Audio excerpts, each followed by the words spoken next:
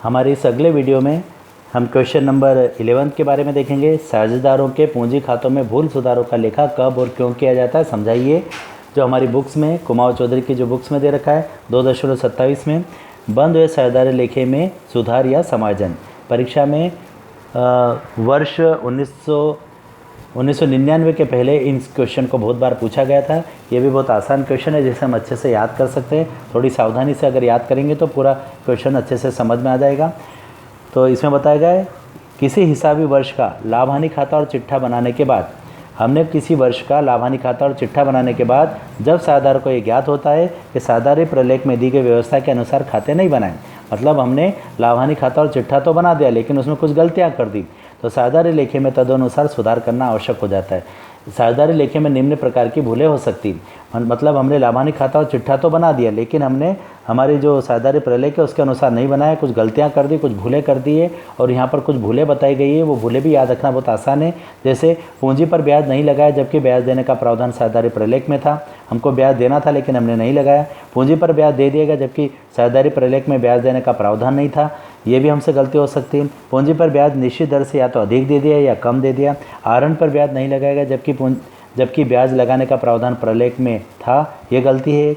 और आहरण पर ब्याज लगा दिया जबकि ब्याज लगाने का प्रावधान प्रलेख में नहीं हो, मतलब इस प्रकार से टोटल 9 गलतियाँ यहाँ पर बता रखी है। लाभ हानि खाते में साझेदार को देय पारिश्रमिक का लेखा नहीं किया गया हो और लाभ हानि खाते में साझेदारों को लाभ का वितरण निर्धारित अनुपात में नहीं किया गया हो, या किसी मद का लाभ हानि खाते में समायोजन किए बिना ही लाभ का वितरण किया गया है, या कोई अन्य भूल। इस प्रकार से कोई 10 भूलें अगर हमने चिट्ठा बनाते समय ध्यान नहीं रखा, लाभ हानि खाता और चिट्ठा बनाते समय ध्यान नहीं रखा, तो हमको सुधार करना आवश्यक हो जाता है।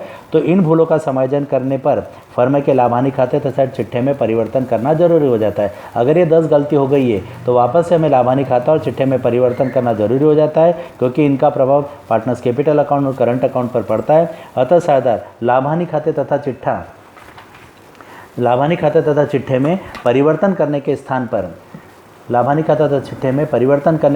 पूरा खाता लाभ हानि खाता और चिट्ठे में परिवर्तन करने के स्थान पर सभी पार्टनर आपस में सहमत हो जाते हैं। भूल सुधार के लिए वो अगले वर्ष के प्रारंभ में समायोजन प्रविष्टि करने पर राजी हो जाते हैं ताकि वो गलती जो हमसे हुई है उसे सुधार कर सकें, और तदनुसार उनके पूंजी खाते में राशि या तो डेबिट या क्रेडिट कर दी जाती है। इस समायोजन प्रविष्टि करने के 2 ढंग है, मतलब जो गलती हुई उसका हम एडजस्टमेंट करेंगे और इस एडजस्टमेंट करने के लिए हमारे पास 2 मेथड है। नंबर 1, पूरी रकम को जमा या नामे करना।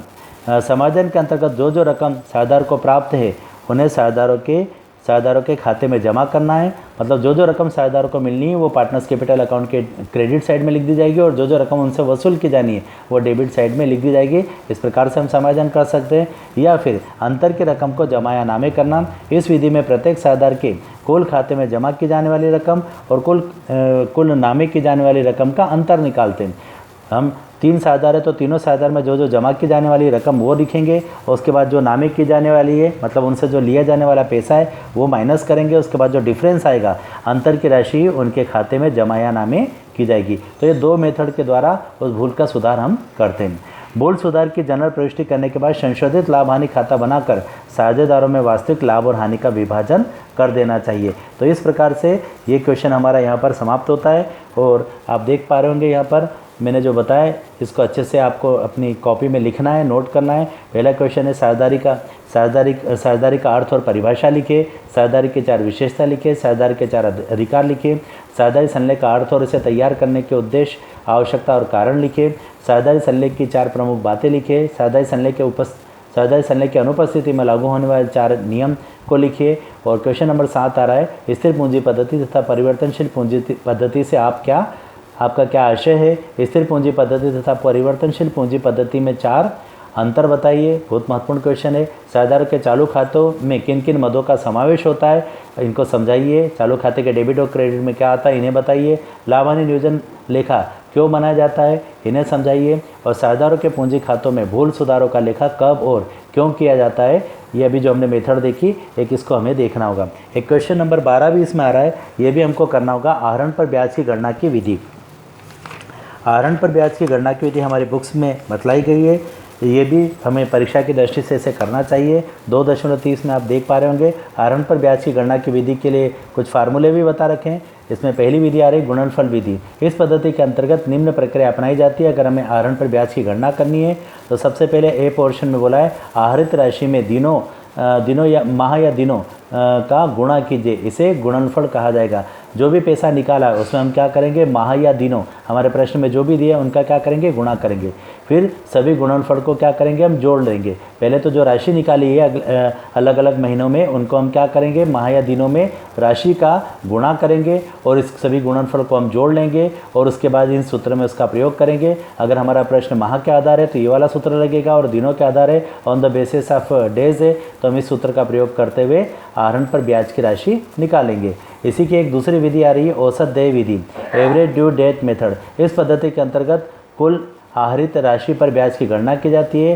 गुणनफल पद्धति की तरफ आहरण की प्रत्येक राशि में आहरण की अवधि का गुणा कर दिया जाता है और जितने समय के लिए निकाला उसका गुणा कर देंगे। इसके बाद उसका औसत माह या औसत दिनों को ज्ञात करके तदनुसार निम्न सूत्र का प्रयोग किया जाता है। एवरेज मेथड यहाँ पर अगर डेज के आधार पर है, दिनों के आधार पर है, पहले तो उन्होंने total product upon total drawings बताया है on the basis of average method. इसमें आप देख सकते हैं interest on drawings, total drawings जो आहरण हमने किया वो एवरेज मंथ और 100 × 12 माह का, जितने एक वर्ष में 12 माह होते हैं इसका हमने गुणा किया है। और on the basis of average days है तो उसके लिए हम लिखेंगे total drawings into average days और इंटू अपॉन 100 × 365 क्योंकि एक वर्ष में 365 दिन होते हैं। तो ये विधि हालांकि कम पूछी गई लेकिन फिर भी बोर्ड की परीक्षा हम दे रहे हैं तो उसके हिसाब से हमें इस क्वेश्चन की भी जानकारी होना चाहिए। तो इस प्रकार से मैंने अध्याय 2 में आपको लगभग 12 क्वेश्चन बताए हैं। किताब में और भी क्वेश्चन दे रखे लेकिन ये 12 क्वेश्चन की तैयारी आपको और अच्छे से करनी है ताकि परीक्षा में इसमें अच्छे से बैठ सके। आप यहाँ पे देख पा रहे होंगे, इन्हें अच्छे से नोट करना है, आपको अपनी फेयर कॉपी में इसका आंसर को लिखना है और इन्हें अच्छे से याद भी करना है। तो आप देख रहे हैं यहाँ पर टोटल जो क्वेश्चन दिए गए हैं वो 12 क्वेश्चन दिए गए, इनकी अच्छे से तैयारी करना है और परीक्षा में ये इन्हीं में से पूछे जाते हैं।